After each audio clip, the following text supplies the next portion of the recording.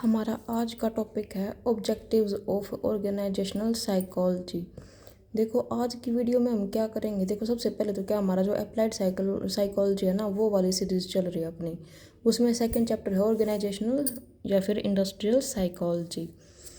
और अब हम क्या कर रहे हैं, हम ऑर्गेनाइजेशनल साइकोलॉजी के ऑब्जेक्टिव्स पढ़ रहे हैं आज।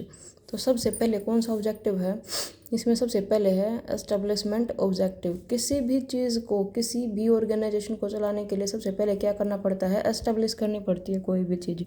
उसके लिए जो हमारा जो एस्टेब्लिशमेंट ऑब्जेक्टिव है, हमारे ऑब्जेक्टिव में क्या होता है, सबसे पहले एस्टेब्लिशमेंट ऑब्जेक्टिव्स में हम क्या करेंगे कि किस चीज़ पे फोकस करते हैं वो पढ़ते हैं हम।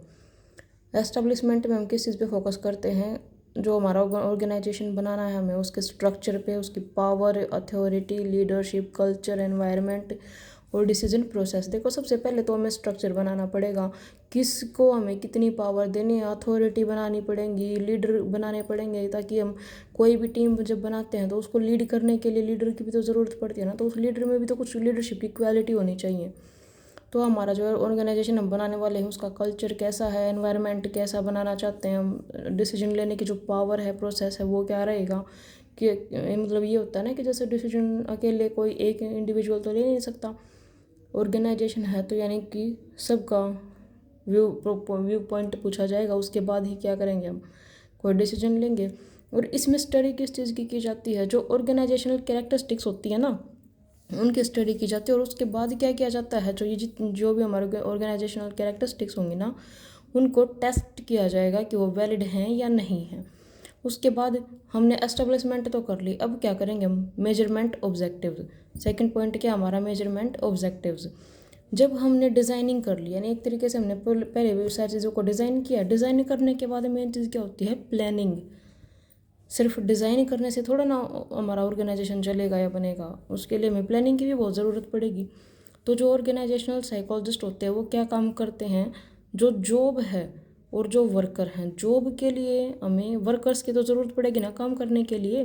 तो सबसे पहले हम वर्कर्स का सिलेक्शन करेंगे, और जो जॉब और वर्कर्स के बीच का जो ये होता है, जो होता है ब्रिज होता है। और जो हमारी जो कोई भी, जैसे कोई भी हमें वर्कर चूज़ करना है, हमें वर्कर चूज़ कर लिए, और ये नहीं है कि हमने सिर्फ हमें रैंडमली कोई भी चूज़ कर लिया, हमें अपना कुछ क्राइटेरिया फिक्स करना पड़ता है, उसके अकॉर्डिंग ही हम वर्कर्स को चूज़ करते हैं। तो इसमें और क्या होता है कि हम सारी चीज़ों को मेजर करेंगे, एवोल्यूशन करेंगे, उनका कंपनसेशन, ये सारी चीज़ें देखेंगे, ठीक है। और इसके बाद क्या है, मेंटेनेंस ऑब्जेक्टिव्स। हमने डिज़ाइनिंग कर ली, वर्कर्स को चूज़ कर लिया, मेजरमेंट और एवोल्यूशन के लिए हमने सारी प्रोसेस कर लिया, लेकिन इसके बाद क्या, इतना करने से हमारा कोई भी ऑर्गेनाइजेशन चलेगा नहीं, उसको मेंटेन भी करना पड़ेगा। तो मेंटेन भी तो करना ज़रूरी है ना किसी भी चीज़ को। तो मेंटेन कैसे किया जाएगा, जो हमारे पास वर्कर्स हैं, ये वर्क्स लिख दिया भाई मैंने, ये वर्कर्स है, वर्कर्स। जो वर्कर्स हैं उनको टाइम टू टाइम रेनफोर्समेंट देना पड़ेगा, मोटिवेट करना पड़ेगा, उनको इस बात का सेटिस्फेक्शन देना पड़ेगा कि आपकी जॉब है जो सिक्योर है। जो हमारा एनवायरनमेंट है ऑर्गेनाइजेशन है, उसका हमें एनवायरनमेंट पॉजिटिव रखना पड़ेगा, कल्चर। जो हमारे पास जो वर्कर हैं उनका, जो हम उनसे जो भी काम करवा रहे हैं, जो उनकी जॉब है वो उनके, और सबसे इम्पोर्टेंट क्या, उनको उनकी फैमिली की नीड्स भी तो पूरी करनी होती है ना, उनको स्ट्रेस ना हो किसी बात का, उनका इंटरेस्ट किस चीज़ में है, वो इसी के बेसिस पे वो तो अपने गोल को अचीव कर पाएंगे ना।